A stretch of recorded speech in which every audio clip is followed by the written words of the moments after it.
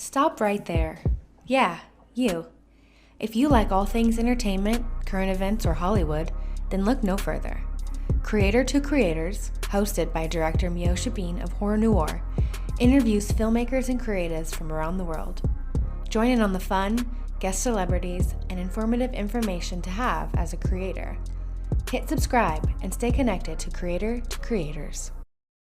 Hi guys, welcome to another episode of Creator to Creators today. Today we have a special guest. Hi guys, it's Georgii Speakman. Lovely to be here, babe. I'm so happy to see you. You look great. Thank you, likewise. You always do though. Oh, well, I try. I cleaned up for you, so. I appreciate it, babe. So, tell me, I know about you. I know everything about you. Everything. Just kidding. Can you tell the guests, people that are listening, what was your childhood like? And how did you kind of find your way into the entertainment world? Ooh, that's a big question, Meosha.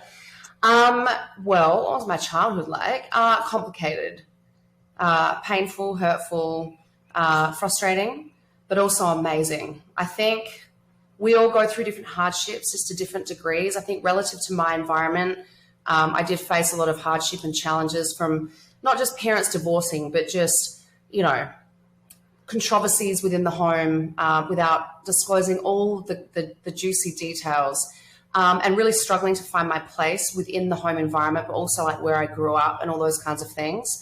Quite frankly, I actually popped out of my mother's womb, singing, dancing, acting, writing, doing anything and everything I could creatively. And I think that's probably where I was able to, survive, express myself, exercise different, passion areas and points that I had. I mean, I used to make little mixtapes and dance in my bedroom for hours on end as a kid. I used to make up theatre shows when all the kids were playing outside. I used to sit and write my mum's typewriter from the age of 5, wow, typing away on the world around me and what was happening at school as a kid. All those kinds of things. Started dancing, doing dance classes from ballet to, Brazilian samba, jazz, all the different sort of hip hop, all the different genres. And then sort of continued my own journey with creativity, very passionate about writing, graphic design, and just art, period, and voyeurism. A lot of voyeurism, pushing my own boundaries and challenging what I could, what was on the other side. Okay, that's the wall there. I want to see what's on the other side. I was always pushing myself and challenging my own environment from that perspective. And then I think as I got a bit older and started, completing study, I did do a business communications degree and a film and television degree, where I really got into filmmaking and all that kind of stuff then.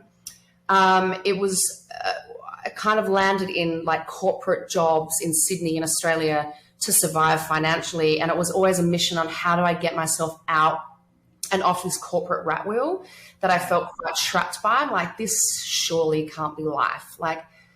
Getting up at 6, being at the office at 7:30, working till 8, 9, 10, 11 at night. And I'm 23. And I'm like, and then often Saturdays. And I'm like, this is no life for a creator. And it's, suddenly you don't have the time, place, or space to really express yourself creatively because you're just on this rat wheel of survival in this corporate machine. And so it was really about how do I get off that, that rat wheel, that capitalist driven rat wheel. And I started doing acting lessons. And I was like, what's another avenue I can find to start expressing myself and exploring forms of art and storytelling, expressing.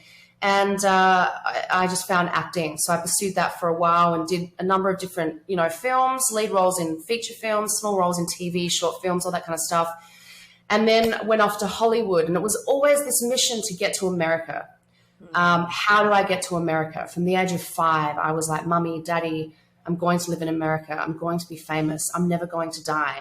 By the age of 12, I was like, I'm ready. I'm ready to move to America. By 15, I'm like, if you don't send me to America, I'm going to kill myself. I went on a school exchange and landed in bumfuck, excuse my language, nowhere in South Carolina. Wow. And there was this mission to get to America. So for me, in my mind, the creative universe existed in America, was on that other side of the wall, of the fence, right? Yeah. Wasn't Australia. So first trip to Hollywood seriously to get representation in 2010, and then realized, having landed innovative artists and a great manager in LBI Entertainment, I was like, oh shit, well, you never can control what you're doing. And I was like, I've been in business for enough years now to know that, like, I need to be able to control what I'm doing, and I'm a natural business person. I don't think I can survive waiting tables as an immigrant in America, right, doing the creative stuff. Right. And so through numerous visa challenges and all the different things, I finally made it to America, but in a business capacity. And so it's always been that mission of, like, how can I sustain my creativity? What does that look like to me? I don't want to be a struggling actor waiting tables on a visa where I can't do odd jobs because it's essentially illegal. Right. And I do know a lot of Aussie actors somehow get away with different bits and pieces and things, but I just wasn't prepared to take that risk. I also didn't want to have to work 7 days a week just to be able to pay my bills. And so it's been this long-standing journey of and trying to find creativity amidst business opportunities as a matter of financial, mental, emotional, and creative survival. Yeah. And it's just had to chip away bit by bit, and eventually started my own business, my own record label, obviously finished my book, which has taken me 10 years. And it's just been this ongoing journey to realize, like, what does creativity mean to me? How can I express myself? What satiates my heart and soul? Right. Whilst I exist in this capitalist, money-driven world where I can still survive, grow as a human being, grow as an executive, but maintain that creativity. So I hope that answers. That was a long answer, but it's a long journey for creative sustenance, as I'm sure everybody and yourself knows, on how to survive. Dude, you do. Holy moly. Like, you've done it all. I think, are you naturally curious? Oh, extremely. Very voyeuristic by nature. And I think most creatives, you'd hope, or you sort of assume, are naturally pretty curious, because creativity is obviously realized through so many different platforms, mediums, outlets, all the different things.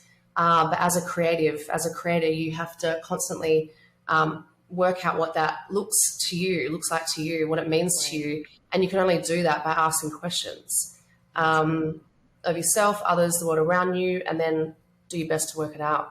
Wow, that's incredible. I mean, Jesus, I think I work hard, but no, you take the cake, honey. I am, like, blown away from, like, just your interest. Like, that's amazing that you persevered despite of the obstacles that you faced.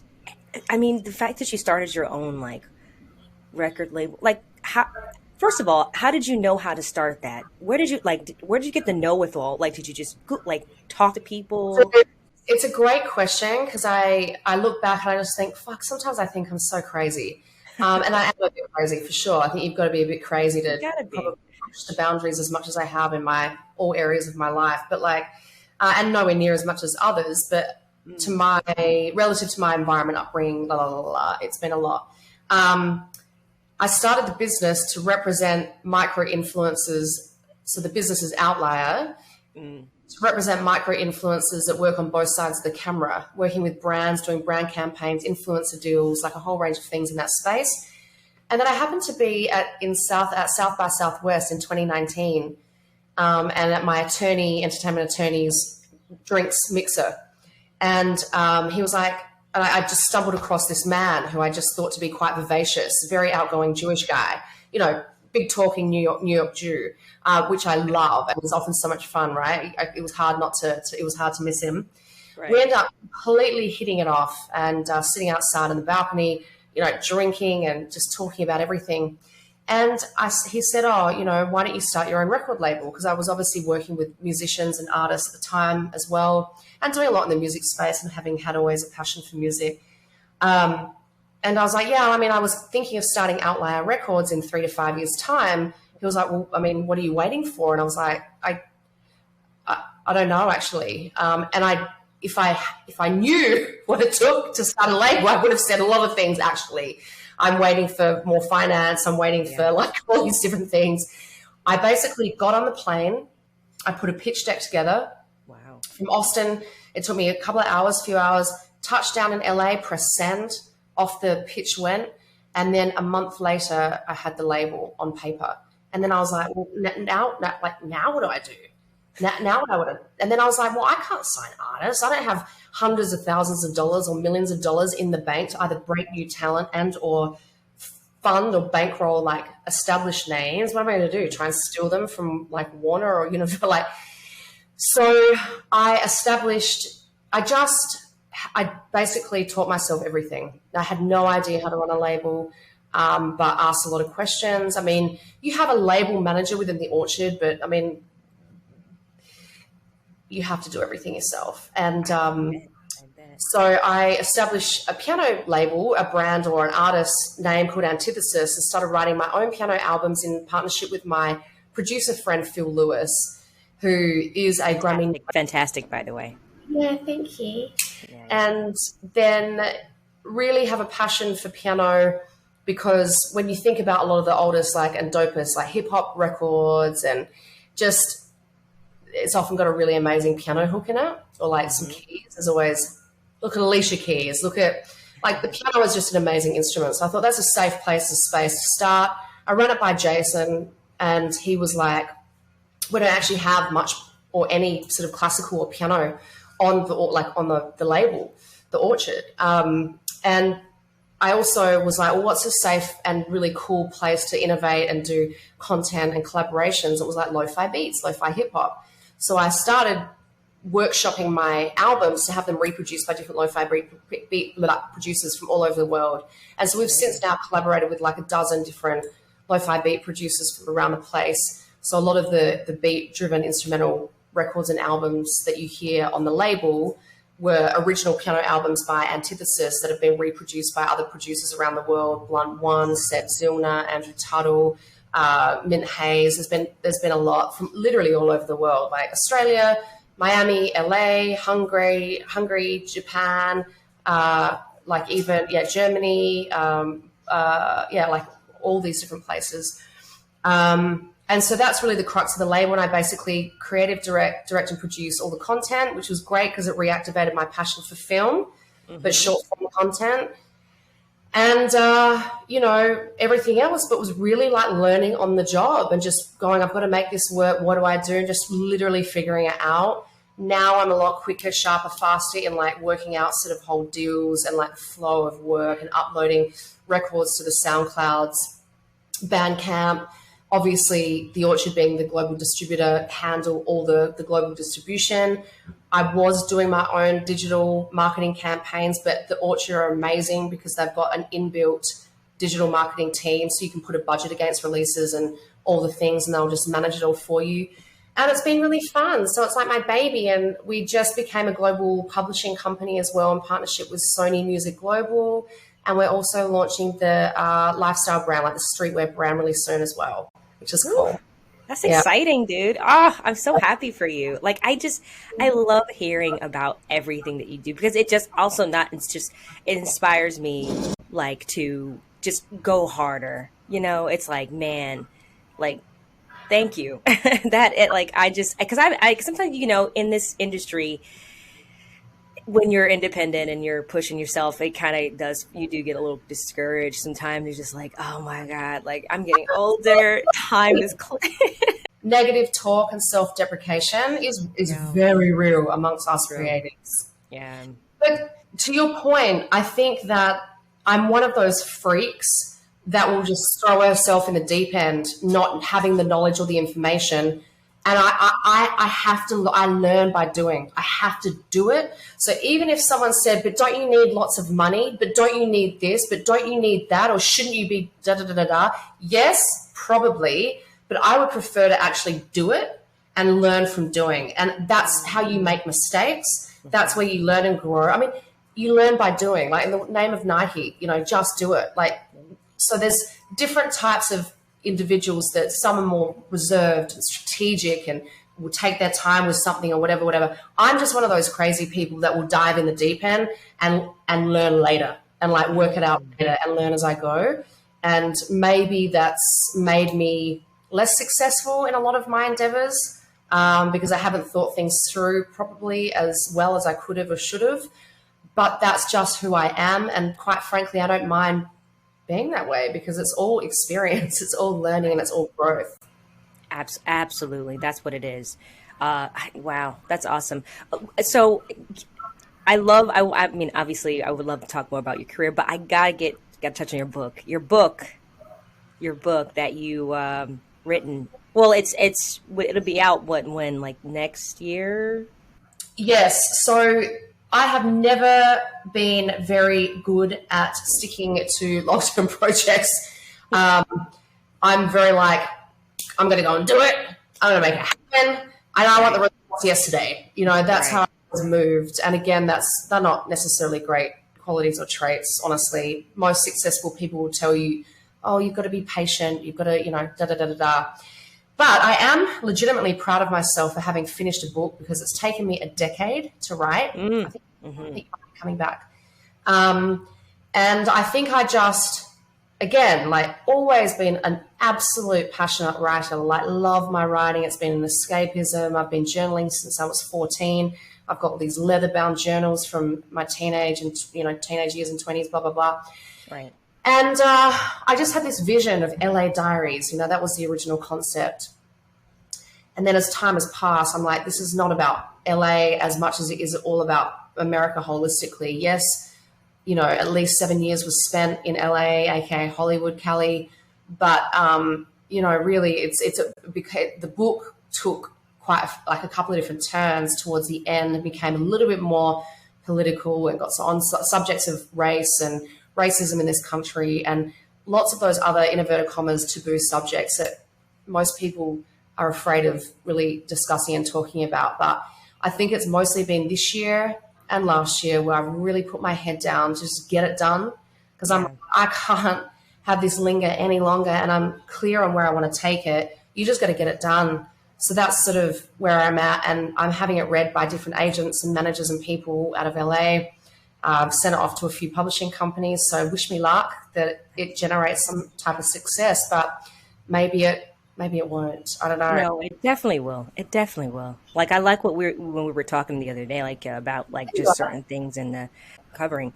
I mean, I commend you going there in like certain topics that you're talking about in your story, which is very real, and I think that's why it's going to be successful because you're not afraid to talk about these topics and be real. Like, I think we're living in such a time now that people are too PC about things. Oh, yeah. I think we need to hear the raw truth. And I think people resonate with that. I mean, I do. You always hope so, right? But one thing I still don't think I'm fully comfortable with, but all of us have to be, which is criticism. And my father used to always say to me, a third of people will like you or love you, a third will not have an opinion and sort of not care. And I think that's just sort of generally, for the most part, true-ish, Yeah. But yes, like what I've written is very raw, unfiltered, and honest. And they're just legitimately truthful experiences and accounts of the things I've witnessed, I've experienced firsthand, I've gone through, I've observed. Obviously, the American dream, once upon a time, came to LA with stars in my eyes. And, bit by bit, I mean, I hate to say it, but America has been really disappointing in a lot of ways. And I share with you, as a longtime friend, I really just didn't believe or think that racism still existed, for example, especially in year 2013. So when I came to America, I'm like, I'm coming home to my people, land of the free. I've always been, a country of, freedom of speech and all this stuff. Mm-hmm. Because I've been such a mad music lover my whole life and really related to hip hop and leaned into the lyricism of hip hop as a form of survival growing up, loving African music and being so fascinated with that culture, but obviously particularly like African-American, like Black culture. Right. And thinking like, God, Australia's so white, so boring, so upright, lacks depth, lacks this, like no, there's no color, there's no, and desperately wanting to get to America to, be around like Black culture, Black, brown people, like mixed people, just culture, period, diversity. Mm-hmm. To just experienced many rude awakenings. Many rude awakenings. That's unfortunate. Yes. And I, upon hindsight, just realizing that how, unfortunately quite racist Australia is by nature, how by sheer nature I am considered to be white privileged, even though, you could argue, but my upbringing hasn't been privileged in so many other vital, critical areas that make a human whole and make them feel loved and safe and nurtured and all these things. Let's just say those pieces to the puzzle have, in many respects, been missing. I could go on and on about the stuff, but it's not about that. It's just about the recognition that there's still a big issue, a huge issue in this country with segregation, division, and obviously it depends and varies between states. If you've grown up in DC, your experience is going to be different to if you grew up in Miami versus Alabama versus, Wisconsin versus like California. Obviously, there's just so many different subcultures, subsections, perspectives. It's polarized by politics. I think there's huge amounts of indoctrination in this country. I think I wrote in my book from the age of 15 when I was going to Ridgeville High School in South Carolina, how the history, 90% of the classes were all history. And I remember even thinking then as a teenage girl, very naive, obviously, at that point, and probably still am to a lot of things, that a lot of the history classes and lessons were very much, in my opinion, taught through a lens of white supremacy. And I was just like listening, just thinking there were no black kids or brown kids or anything in the high school from memory. Wow. And thinking that was really white and just like, I'm like, I was thinking, why are they so obsessed with American history? It was almost like Confederate, like lessons in Confederate, Yikes. So much to unpack on that subject, right? Yeah. It's an ongoing thing. Honestly, I always say that it's one of those things, like, I think it's great to talk about these things. I think it's great to have the conversation. I think you have to be able to talk about these uncomfortable things in order to somewhat come to, I don't know if there's ever going to be a resolution to it, to racism ever. I know. And you and me talked about that, right? Like we talked about what is the resolution, and do the majority of humans, whether you're white, black, brown, or somewhere in between, does everybody want a resolution? And they don't. And so it's a weird thing, because a lot of people talk about how important, like, we want resolve, we want love. It's love that makes the world go round. Christianity is such a big religion in this country, and I quote a few things from the Bible in the book to say, listen, this is saying that we should treat all men equally and blah, blah, blah, blah, blah. Yet why is there still so much racism and division in the South? And if you're a white Bible-bashing Christian, how can you believe in Christianity and say that you're a man or woman of God and believe in all the things that lie within the Bible, yet be racist? That part. What's your answer? What's your excuse to that one? So what, you're just going to be selective with the Bible and select with your relationship with God? Because it doesn't work that way. If you're a devout Christian and you're going to be out in these streets preaching, who the hell are you to dare judge anyone else based on the color of their skin? It drives me crazy. And having moved from LA to Atlanta, and my friends, some friends that are actually born and raised Atlanta that happen to be black, did warn me that, like, you're going to hate the white uptight people there. And I've seen it. I've experienced it firsthand. It's wild to me. And it's even Atlanta as a city, there's a quote that goes around and a movement, which is Atlanta influences everything. But I think you and me touched on this the other day, spoken about this with friends, a lot of friends recently that are from here but have sort of national jobs, that there's still a lot of separation within this city. I've noticed that there's, black versus white, even a lot of scenes and in workplaces, like there's more the black creatives, doing cool things and whatever that might be sort of multi-hyphenate entrepreneurs or creators or whatever, business owners. But then you have the very white corporate side to Atlanta. And it seems that there's not huge amounts of integration like there would be in other cities like DC or even California or obviously New York and places like that. But then my friend who was here, he happens to be a black gay male that's grown up in College Park, which is a traditionally black neighborhood. He was here sitting right behind me at this table on the weekend. And he said that his mum gave him a hard time. Like, oh, you're out there eating all this white food, eating, all these white bougie places. And he was so upset and offended because he's like, why is me living my best life, eating in nice restaurants and eating really like good food or healthy food or whatever, have to be perceived as white? That pissed him off because he was like, shouldn't I be eating healthy or at nice places and restaurants? Shouldn't I be out there living my best life? And why I deserve to eat at these nice restaurants or whatever. And he was expressing to me how offensive he found that and how upsetting that was to him to hear that perspective.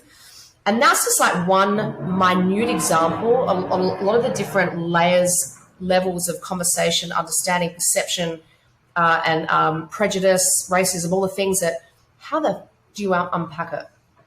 How do you get onto the layers of it all? It's so many things, love. It's not, I think even with, in the culture of the African American culture, a lot of times I hear within my own culture people saying, well, we want what we were promised. I'm like, wait a minute. How about this? How about this? What if you never get it? That's just the world we live in. Like, yeah. And also, Native Americans about the land and all this stuff. And, there's so many things. So I always say, let's stop pointing the finger and blame. Like, yeah, I mean, you can talk about it until we're blue in the face. But I think we have to get it for ourselves. Work together, get it for ourselves, because it doesn't look like America is up to giving anybody anything. That's just what I see. Trust me, I am astounded, shocked at how difficult America makes life for its citizens. I am shocked from healthcare to just all the layers. You'd never, with all the hype, buzz, and global awareness of the American dream and what that promises, no matter, irrespective of who you are, whether you're an immigrant from Iran or Baghdad or Afghanistan or wherever, Haiti, doesn't matter. But it's scary to me, and I still love this country. I still love America, and I still do believe that in many, many respects, it's definitely one of the greatest countries in the world. I really do believe that. It's so beautiful. It does have so much diversity and creativity and so many different types of people and opportunity. And there is all of that. There is, but I don't think that the country endemically makes it easy. And I think it controls its people through indoctrination and a lot of propaganda, through the media, politics, education systems. It's all reinforced continually through so many different things that take place in the world, like how much pollution was there in the media through the George Floyd death and controversies around other lives that have been lost, COVID, and so many different things and narratives. Like Fox would say one thing, CNN would say the completely opposite. And you're like, hang on a sec, this is our sources of information. What is it? Because you're saying one thing, you're saying another. And it's just the manipulation and all the things. So I think most of us are somewhat aware of those things.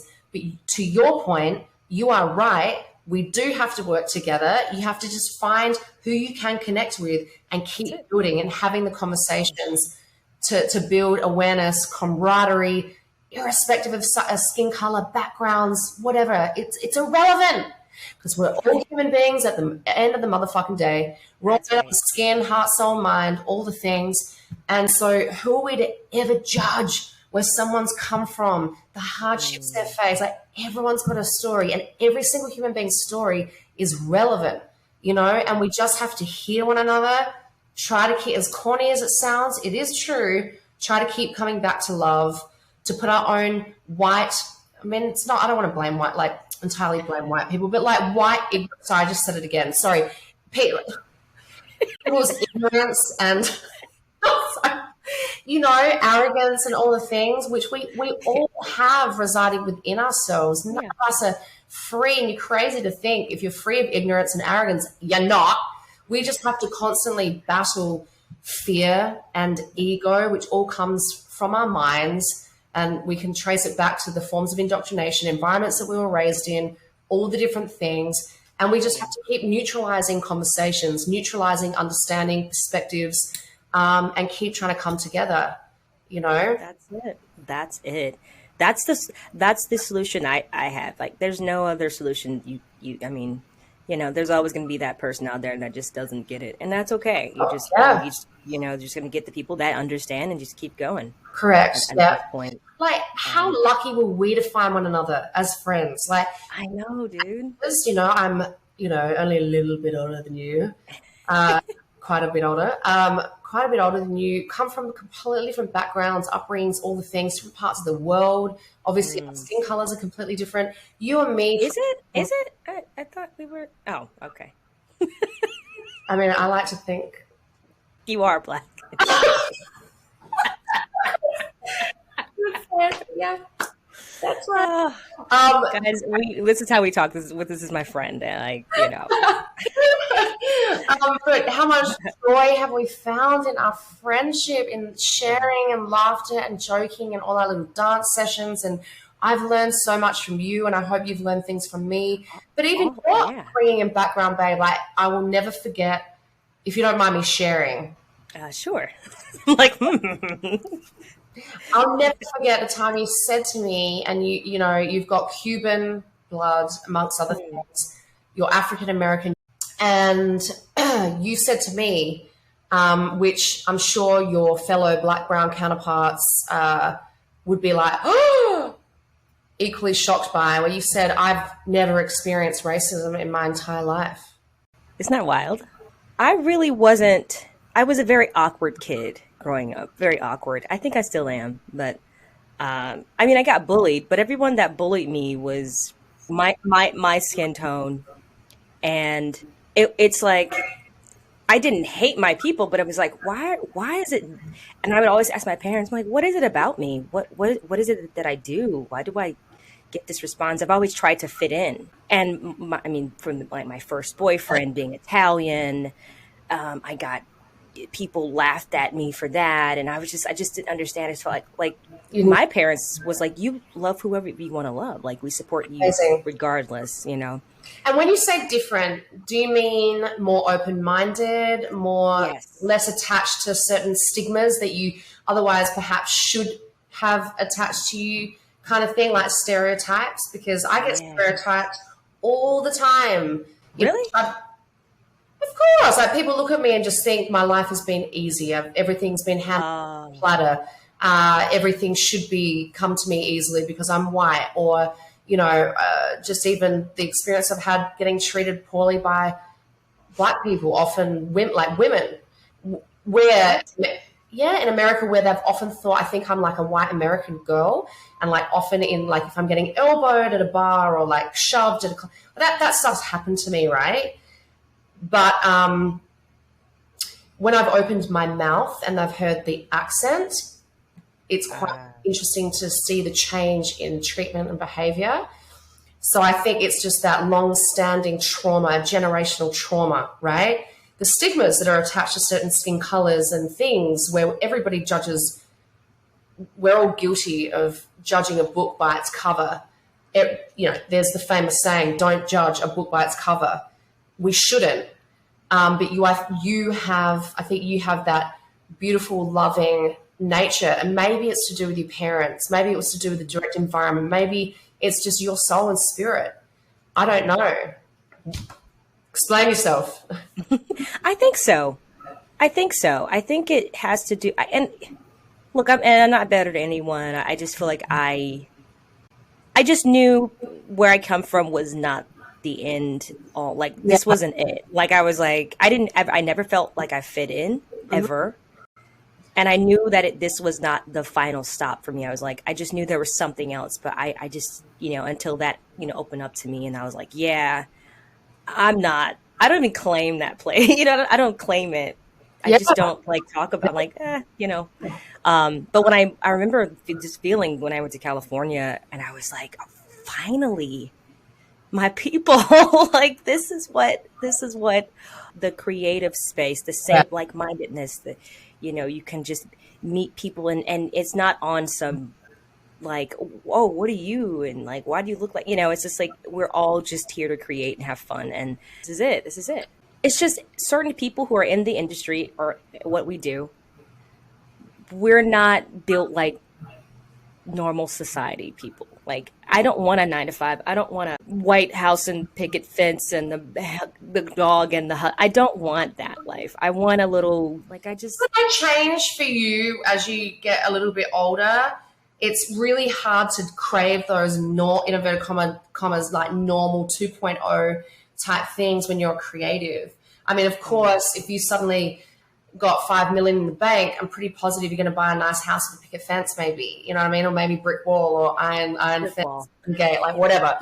Yeah, exactly. But I hear you, because I've always felt the same, like you just haven't wanted or craved the status quo. And I don't think a lot of creators necessarily set out craving that. We do what we have to do to get by to survive, and all that kind of stuff. But yeah, it's I think maybe that's also subconsciously and consciously something that we've shared, which is we grew up in places where we never felt we belonged. The second chapter in my book, Where It All Began, goes into all the reasons, all the catalysts, like all the accumulative experiences I had that wanted to just get me out, like catapult myself out of Australia, out of Adelaide, out of Australia, to be elsewhere, come to LA, again, where freedom of speech is granted and all those different things. But I don't know about you and your experiences, and I write about it in the book. There are a lot of contrived notions and people and things in LA. Like they'll say, LA's got a certain reputation for being a bit of a dog-eat-dog town, superficial, all the bullshit that comes with industry. I mean, I can tell you I've had unequivocally my fair share of experiences of where I'm like, wow, like we come to LA and Hollywood to have that creative freedom and all these different things, yet it also presents so many different challenges. And that's not the case for everybody. A lot of people just, good things come to, and I don't even want to say good people, because a lot of good things come to a hell of a lot of shitty people. And I don't know if it has to do with soul stuff, karma, whatever it might be. I'm really not sure.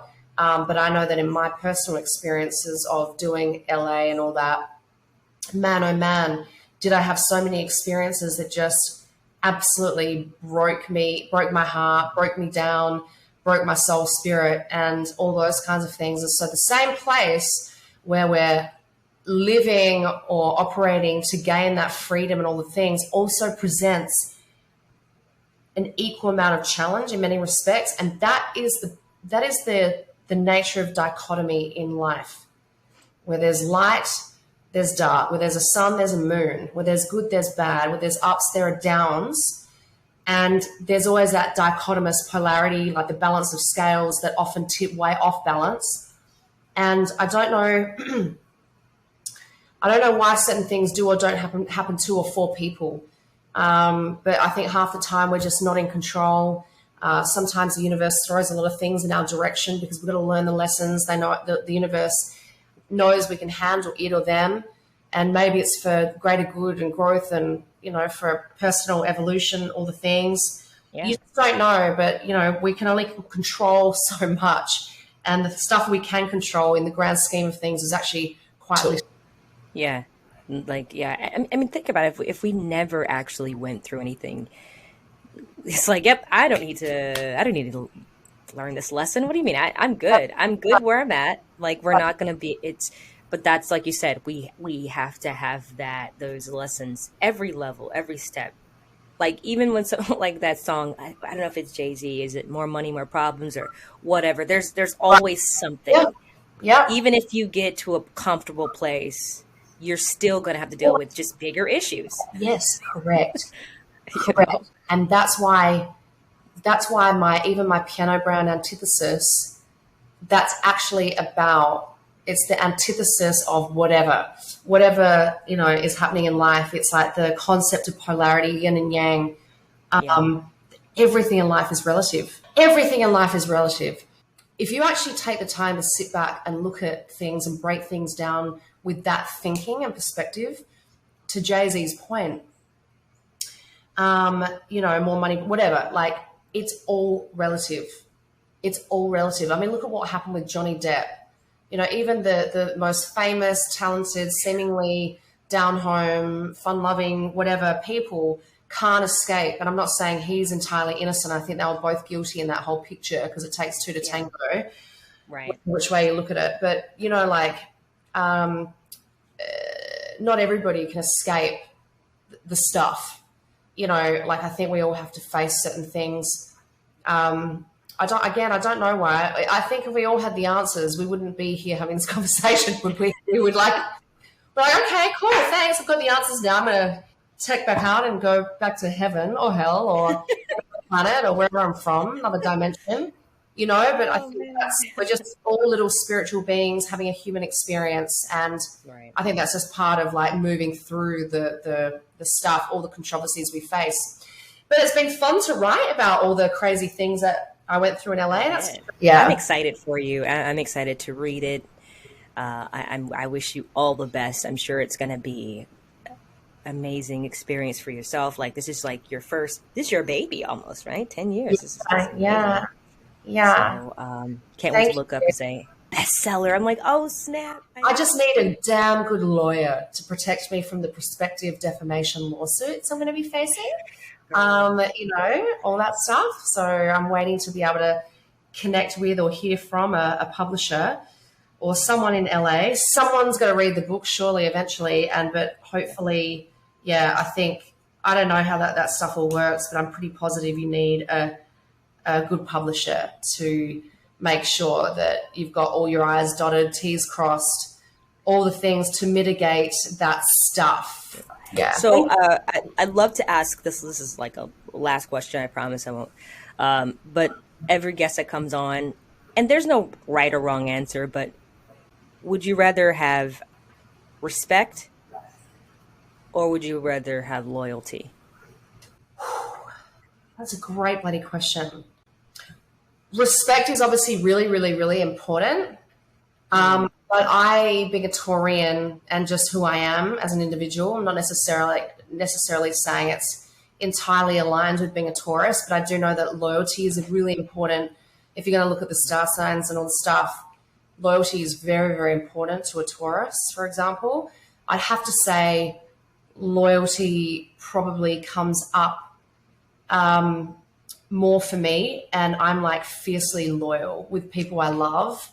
And I've been 100% loyal to a fault on many occasions in many areas of my life. But I would say loyalty, because when people are disrespectful, often it's a reflection of how they feel about themselves. A lot of people are often projecting. They could be threatened by you, intimidated by you. They could want something from you and you're not giving it to them, and therefore they're disrespectful. So at the end of the day, human beings are far from perfect. We're always going to make mistakes. And a lot of us are going to be disrespectful without meaning to or realizing. But I think at the end of the day, loyalty is definitely probably the most important thing for me. All right. That's a great answer. Great answer. Well, thank you so much for coming Thank on you. and talking with us. I'm glad that we finally did this, Nemo. I know. Five years later. Yeah, only 5 years. 5 years. No, you're so busy, dude. You're so busy. We'll have to do this again. Yes, of course. We've got to build upon this conversation. We need to do part 2, 3, 4, 5, 6, 7, 8, 9, 10, 11, 12. I can't count beyond that. Well, I'm excited to read that book. Can't count. You're like, can you even spell if you can't count? I don't know. Yet to be seen. Yet to be seen. Coming soon. Right. Where can people find you on social media to follow all the things that you're doing? A good place to start is just at Georgii Speakman. So it's just my full name being Georgii Speakman, Speakman. So that's on Twitter and Instagram. And then, there's on Instagram, there's My American Dream book, but it's also in the bio on my personal stuff too. Awesome. Well, thank you so much again. And thank you all for listening. You. I love anytime. I love you too. Yeah. And thank you all for listening. And always remember to live, love, laugh.